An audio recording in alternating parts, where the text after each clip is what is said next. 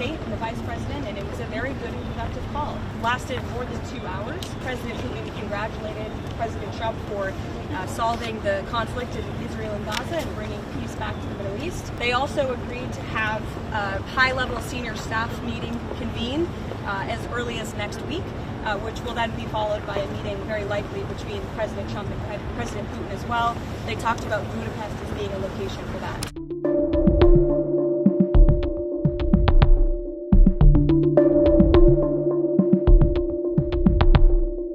He just put out a truth statement. If you haven't seen it yet, I encourage you to look at it. But I was just talking with the President and the Secretary of State and the Vice President, and it was a very good and productive call. It lasted more than 2 hours. There were various issues that were discussed. President Putin congratulated President Trump for solving the conflict in Israel and Gaza and bringing peace back to the Middle East. He also thanked the First Lady for her efforts to bring back children and save children in this brutal conflict. And the President feels like great progress was made on this call. They also agreed to have a high-level senior staff meeting convene as early as next week, which will then be followed by a meeting very likely between President Trump and President Putin as well.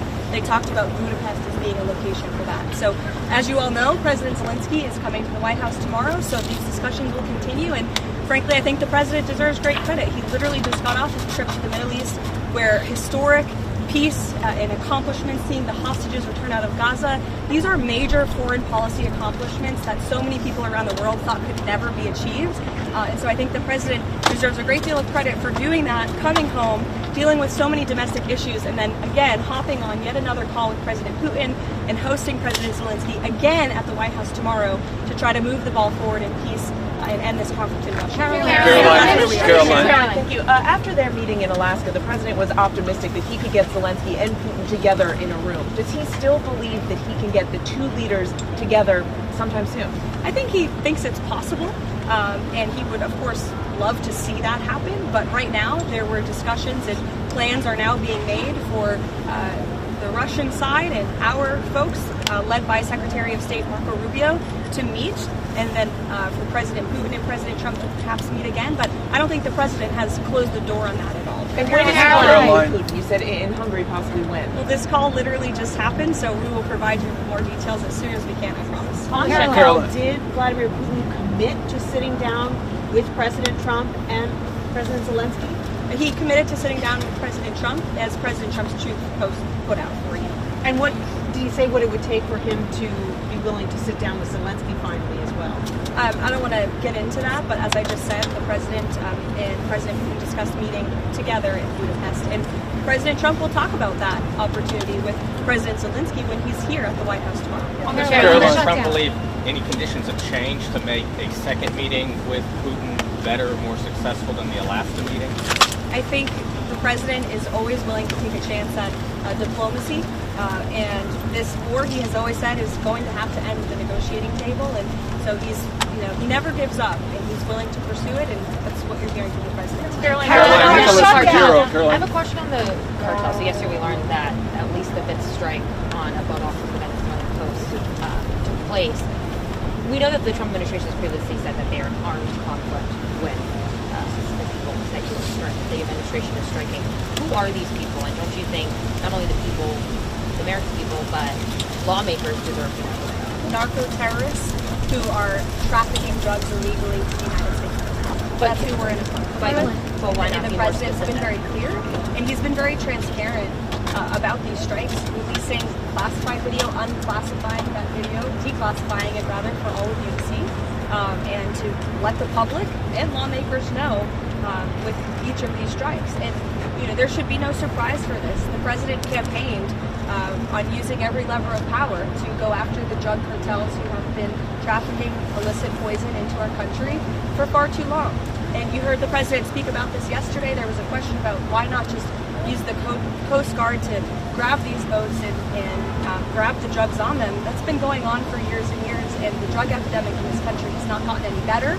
The cartels have only gotten more powerful. So the President is taking these unprecedented steps, and it's making a real impact. We are seeing less boats with lots of drugs coming into the shores of the United States of America as a result of these successful strikes, and I think the American people can expect them to continue. Nicholas Maduro. Change of leadership at the IRS, specifically putting some of Trump's main allies into leadership positions in the Criminal Investigations Division.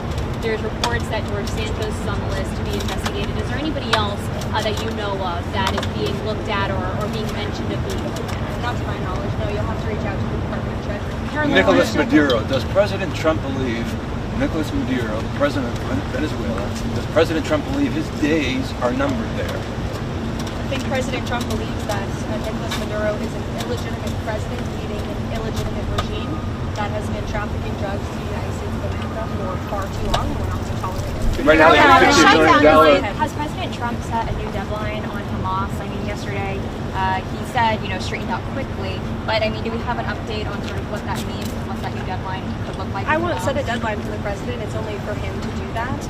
But what I can tell you is that Steve Witkoff and Jared Kushner, who deserve great credit for bringing this deal to a close, for getting hostages out of Gaza in the first place, are actively working on this. They are continuing to discuss this with both sides to ensure that all of the bodies are found and returned. And I was speaking with them about this yesterday. I know there's been a lot of reporting about the slower pace of bodies being returned to Israel. These bodies, unfortunately, are very deep underground, and so it's going to take some time and some special equipment to actually retrieve these bodies and bring them back to Israel. And the administration is fully committed to helping all sides get that done. It was part of the deal, and we're going to see it through. Thanks. Does the White House have a response to the court case that prevented your shutdown rifts going through? Does that take away the president's leverage to end the shutdown? I'm so glad you asked, because I have a very strong response. This is another far-left partisan judge who was smacked down by the Supreme Court in July for ruling on this exact same thing. In May, this judge tried to say that the President of the United States does not have the executive authority to hire and fire in the executive branch. Literally, nobody would ever try to make that argument except for someone who is extremely partisan. And of course, the Supreme Court rejected that ruling in July, and they said, no, the president does have the ability and the legal authority to fire people from the federal government. That is a responsibility of his job as the head of the executive branch. And so you have the same judge going back to the bench and ruling on the basis of politics. We are 100% confident we will win this on the merits of the law, and these layoffs are an unfortunate consequence of the government shutdown. We are now on day 16 of this Democrat shutdown. Democrats just voted again for the 10th time to keep the government closed and to keep the American people hostage. And we're seeing the consequences of it every day. We've had thousands of flights delayed and canceled. Air traffic controllers, TSA agents continue to work without pay. The president tapped into tariff revenue to keep WIC money for women and infants and children going out the door.